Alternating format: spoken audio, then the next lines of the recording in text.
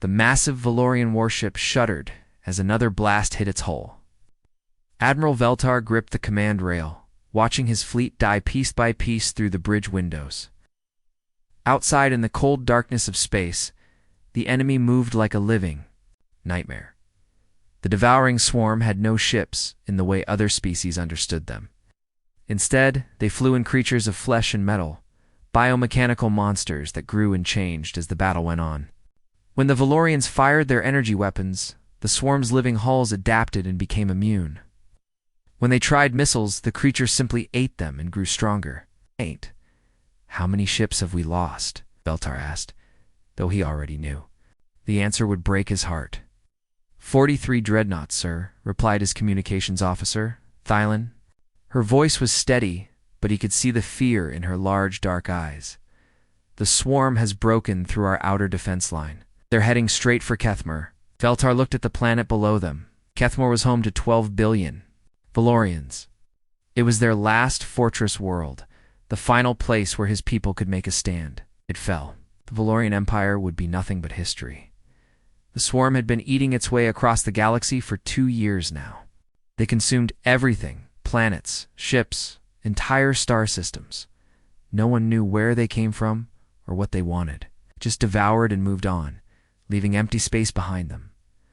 Other species had tried to fight them. The wise Kalari with their ancient technology, proud Zephyrians with their massive battle fleets, the peaceful Andromedans with their energy shields. The swarm adapted to every weapon, every tactic, every defense. It learned and grew stronger with each victory. Now it was the Valorians' turn to face extinction. Sir, we're receiving reports from our scout ships, said another officer. There are unknown vessels approaching from the outer rim. They're not responding to our communication attempts. Veltar's mandibles clicked in frustration. Pirates, probably. Or scavengers coming to pick through the wreckage after the battle was over. The outer rim was full of primitive species that barely had space travel. What could they possibly do against an enemy that had destroyed the galaxy's greatest civilizations? What do we know about these ships? He asked. Very little, sir. Long-range sensors picked up some chatter about a species called humans. They seem to be from a world called Earth, but our databases have almost no information about them. Humans. Veltar had heard whispers about them in the intelligence reports. A young species that had only recently discovered faster-than-light travel. They were supposed to be violent and primitive, still fighting wars among themselves. The kind of barbaric creatures that civilized species avoided. Another explosion rocked the ship. Through the windows, Veltar could see one of his cruisers breaking apart as swarm bioships tore it to pieces. The organic vessels moved like sharks in water, circling their prey before striking with weapons that seemed to be made of living tissue. Sir, the planetary shields are down to 30%, reported the tactical officer. The evacuation ships are trying to get civilians off the surface, but the swarm is targeting them specifically. Veltar felt something cold settle in his chest. The swarm wasn't just trying to win the battle. It was trying to make sure no Valorians escaped. This wasn't warfare, it was extermination. All ships form up around the evacuation vessels, he ordered. We protect the civilians at all costs. But even as he gave the command, he knew it was hopeless. His fleet was outnumbered 10-1. The swarm's bioships were healing faster than his weapons could damage them. With each passing minute, more Valorian ships died, while the enemy grew stronger. The bridge lights flickered as another hit shook the vessel. Thylin looked up from her console with wide eyes. Sir, the swarm has broken through our second line. They're almost at the planet. Veltar closed his eyes for a moment. In his mind, he could see the history of his people. Thousands of years of art, science, and culture about to be snuffed out forever. Though Valorian Empire had brought peace too. Hundreds of worlds had created wonders that would never be seen again. Sir, said Thylin quietly, what are your orders? He opened his eyes and looked at his crew. They were all young, all brave, all about to die for a cause that seemed lost. But they deserved better than surrender. We fight, he said simply. We fight until the last ship, the last shot, the last breath. If this is how our people end, then we end it with honor. The officers nodded and turned back to their stations. Outside, the swarm pressed closer, their bioships pulsing with alien life. In the distance, the unknown vessels from the outer rim continued their approach. But they were still too far away to matter. Admiral Veltar prepared to make his final stand, knowing that in a few hours, there would be nothing left of the Valorian Empire but empty space and fading memories. The end was coming. And there was nowhere left to run. The shields around Kethmore flickered like a dying candle. Admiral Veltar watched the energy barrier crack and spark as swarm bioships pressed their attack. Massive organic creatures the size of city blocks moved through space like living nightmares, their flesh metal holes pulsing with alien heartbeats. "Shields at 5%, sir," called out the weapons officer. His voice was calm, but sweat ran down his face.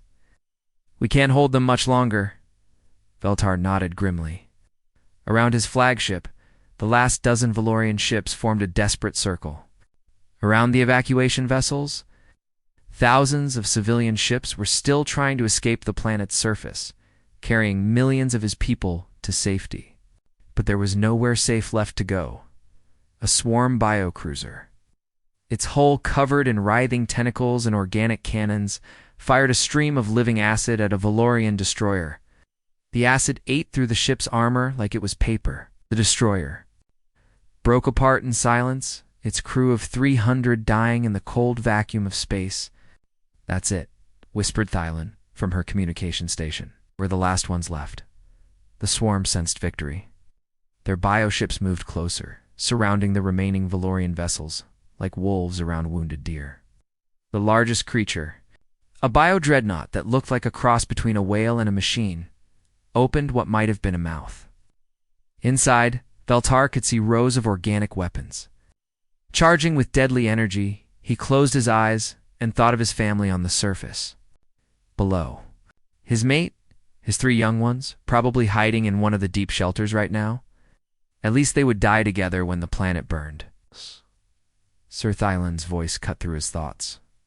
"Something's happening." Space itself seemed to tear, open like fabric. Bright flashes of light appeared behind the swarm fleet, and suddenly new ships were there. Not the smooth, elegant vessels of the Valorians or the disgusting bioships of the swarm. These were different. The new ships looked like they had been built by someone who only cared about one thing: killing. They were all angles and armor, covered in weapons that stuck out like spines on a metal beast. There were no beautiful curves or artistic designs, just brutal, ugly machines built for war. "Who are they?" asked the tactical officer, before anyone could answer. The unknown ships opened fire. But these weren't the clean energy beams that civilized species used in battle. These were primitive, violent weapons that exploded with fire and fury. Nuclear missiles slammed into the swarm bioships. The organic hulls, which had adapted to resist every Valorian weapon, simply vaporized under the atomic fire. Metal slugs, moving faster than lightning-punched holes, clean through creatures that had seemed invincible moments before. A voice crackled over the communication system, speaking in rough, basic galactic standard, "Valorian ships. This is Captain June of the human fleet. Fall back to defensive positions. We'll handle these ugly things." Humans, the primitive species from the outer rim, had actually come to fight. "Are they insane?" muttered the weapons officer, watching a human ship dive straight at a swarm biocruiser 3 times its size. Instead of trying to dance around the enemy like a civilized pilot would, the human captain simply rammed his ship into the creature's center mass. Both vessels exploded in a ball of fire, but more human ships kept coming. They appeared from hyperspace in groups of 10 or 20, each wave bringing fresh fighters to the battle. Veltar had never seen anything like it. These humans fought like they didn't care about their own lives. A human destroyer, its hull already torn open and leaking atmosphere, turned directly toward a cluster of swarm biofighters. Instead of retreating to safety, the human captain accelerated. His ship's engines overloaded and exploded, taking 6 enemy vessels with him. "These creatures are mad," breathed Thylin, but there was something like awe in her voice. The swarm tried to adapt the way they always did. Their bioships began to change, growing thicker armor to resist the nuclear fire. But the humans simply switched tactics. When their missiles became less effective, they started firing chunks of metal at incredible speeds. When the enemy adapted to that, they used chemical explosives that filled space with burning clouds. Captain June's voice came over the radio again. All human ships. Pattern Delta 7.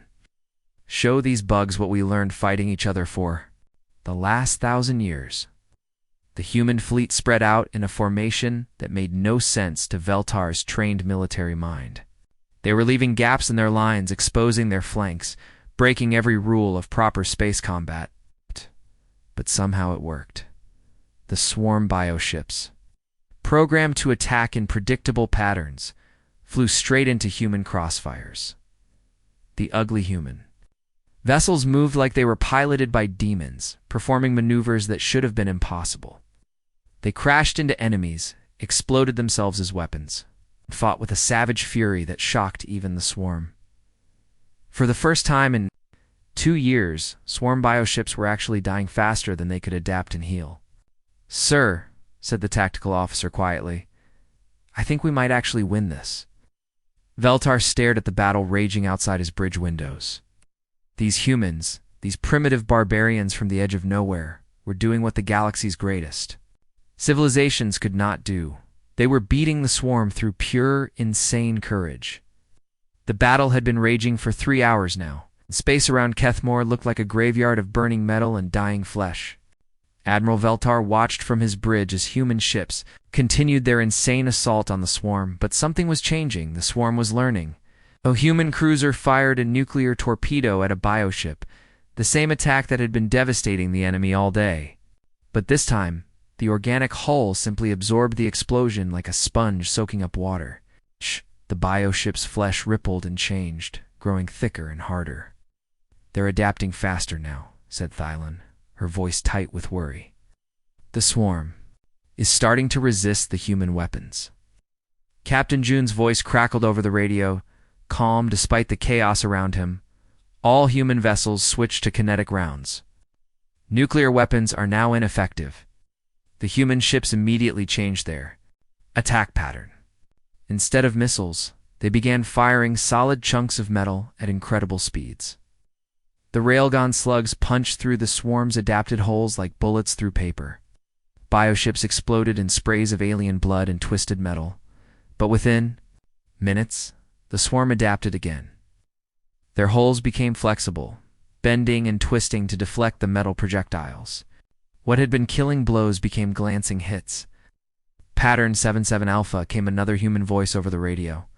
This was Captain Min, commanding a group of human destroyers. "Time to get creative." Veltar had no idea what that meant, but he soon found out. The human ships began firing the strangest weapons he had ever seen. Chemical rockets that sprayed burning fuel across enemy hulls, magnetic harpoons that grabbed bioships and dragged them into collisions, even simple explosive shells filled with metal fragments. "These humans fight like they've been at war their entire existence," muttered his tactical officer, watching a human captain use his ship's mining laser to slice a biocruiser in half. "Maybe they have," replied Veltar quietly. The swarm tried to adapt to each new human tactic, but the humans kept changing faster than the bioships could evolve. When the enemy developed immunity to explosives, the humans switched to acid weapons. When the swarm grew resistant to acid, the humans started using weapons that generated extreme cold, freezing the organic hulls until they shattered like glass. But the most terrifying thing was what happened when human ships were badly damaged. Instead of retreating to safety like any sane pilot would do, they turned their crippled vessels into weapons. Veltar watched in horror and amazement as a human frigate, its engine room on fire and its hull cracked open, accelerated directly toward the largest bioship in the swarm fleet. The human captain didn't try to escape or surrender. He just aimed his dying ship at the enemy's center and pushed his engines to maximum power. The collision was spectacular. The frigate punched through the bioship's hull and detonated its reactor core inside the creature's body. The explosion tore the massive swarm vessel apart from within, killing something the size of a small moon. Captain Min, to all ships, came the transmission.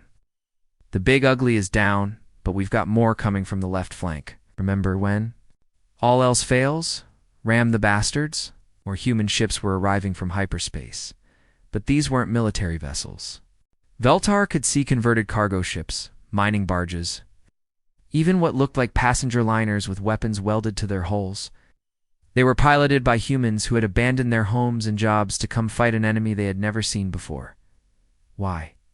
Thylin asked softly, watching a human merchant ship sacrifice itself to save a Valorian evacuation vessel. Why are they doing this for us?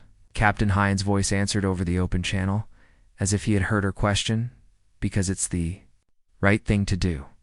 Because if we don't stop them here, they'll just keep eating until there's nothing left.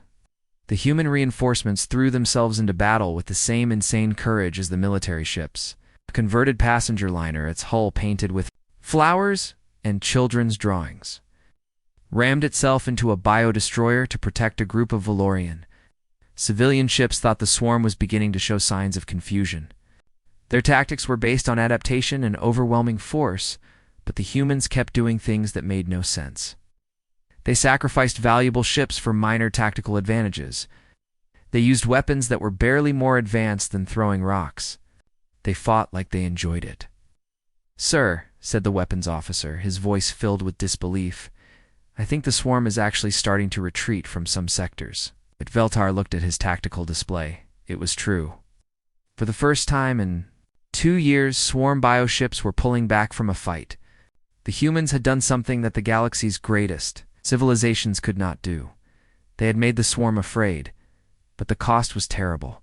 Human ships were dying by the dozens, their crews burning in the void of space. These primitive warriors from the Outer Rim were sacrificing everything to protect people they had never met. Captain Min's voice came over the radio one last time, her transmission breaking up as her ship's systems failed. "All vessels, concentrate fire on the command cluster. We've got them on the run now. Make every shot count." Her ship exploded in a ball of nuclear fire, taking 3 bioships with her. The storm was breaking, but the price of victory was written in human blood across the stars. The space around Kethmore was filled with wreckage and fire. Human ships, some barely holding together, continued their desperate fight against the swarm. Admiral Veltar could see that the humans were winning, but the cost was beyond anything he had ever imagined. "Sir, more human ships coming out of hyperspace," reported Thylin, her voice filled with wonder. These weren't warships. Veltar could see cargo haulers with missile pods welded to their sides, mining ships with their rock-cutting lasers turned into weapons. Even small pleasure craft that looked like they were built for weekend trips, now carrying torpedoes and piloted by ordinary humans who had left their families to come fight. A converted farming transport, its hull still painted, with pictures of Earth crops, flew straight at a biocruiser 10 times its size. The pilot's voice came over the radio, calm and determined. "This is Captain Hayan of the Earth vessel growing season. We didn't come this far to let evil win." The little ship rammed into the swarm creature's soft belly and exploded. The biocruiser writhed in pain and began to break apart. "They're all insane," whispered the tactical officer. But his voice held respect, not fear. More civilian ships kept coming. Veltar watched a passenger liner that should have been carrying tourists dive into a cluster of swarm fighters. A cargo ship filled with mining equipment used its loading crane to grab a bioship and drag it into the path of human weapons fire. "Captain," Sue's voice cut through the battle chatter, "all human vessels. This is Admiral Sue of the Relief Fleet. We have over 300 ships ready to join the fight. Nobody goes home until these things are dead." 300 ships. Veltar couldn't believe it. Humans had sent their entire civilian fleet to fight a war that wasn't even theirs. "Are they doing this?" asked Thylin, watching a human medical ship use its emergency plasma cutters to slice through a bioship's tentacles. The answer came from an unexpected source. One of the human pilots, his ship damaged and drifting, transmitted on an open channel. "Because somebody has to. Because if we don't stop them here, they'll just keep eating until everything good in the universe is gone." The tide of battle was turning. The swarm's bioships, used to fighting enemies who followed logical military tactics, couldn't adapt to the humans' chaotic style of warfare. When the creatures developed thick armor, The humans switched to weapons that attacked from inside. When the swarm grew better sensors, the humans simply turned off their electronics and flew by sight alone. But the humans were paying a terrible price. For every swarm bioship that died, 3 or 4 human vessels were destroyed. The void around Kethmore was filled with the wreckage of brave ships and the bodies of heroes who would never see their homes again. Captain Min's flagship, already badly damaged from the earlier fighting, made one final run at the swarm's command. Vessel. The massive bioship was the size of a small city, its hull covered in organic weapons that could destroy planets. It was the brain of the entire swarm fleet, coordinating their attacks and adaptations. "This is Captain Min." Her transmission was weak and full of static. "My ship is finished, but I'm not done fighting. All human vessels target the big one when I give the signal." Her ship, bleeding atmosphere and fire, accelerated toward the command bioship. The swarm creature fired everything it had at the approaching human vessel, but Captain Min kept coming. Her ship's hull was torn apart. Her engines were failing. But she never changed course. "Tell them we tried," were her last words. The collision was like watching a star being born. Captain Min's ship struck the command vessel at full speed and detonated its reactor core. The explosion was so bright that Veltar had to shield his eyes. When the light faded, both ships were gone, replaced by an expanding cloud of superheated gas and debris. Across the battlefield, something incredible happened. The swarm bioships began to convulse and writhe, their movements becoming uncontrolled. Without their command vessel to coordinate them, they started attacking each other. Some simply stopped moving altogether, drifting in space like dead things. "The hive mind is broken," breathed the tactical officer. "They're dying." Within minutes, the entire swarm fleet was in chaos.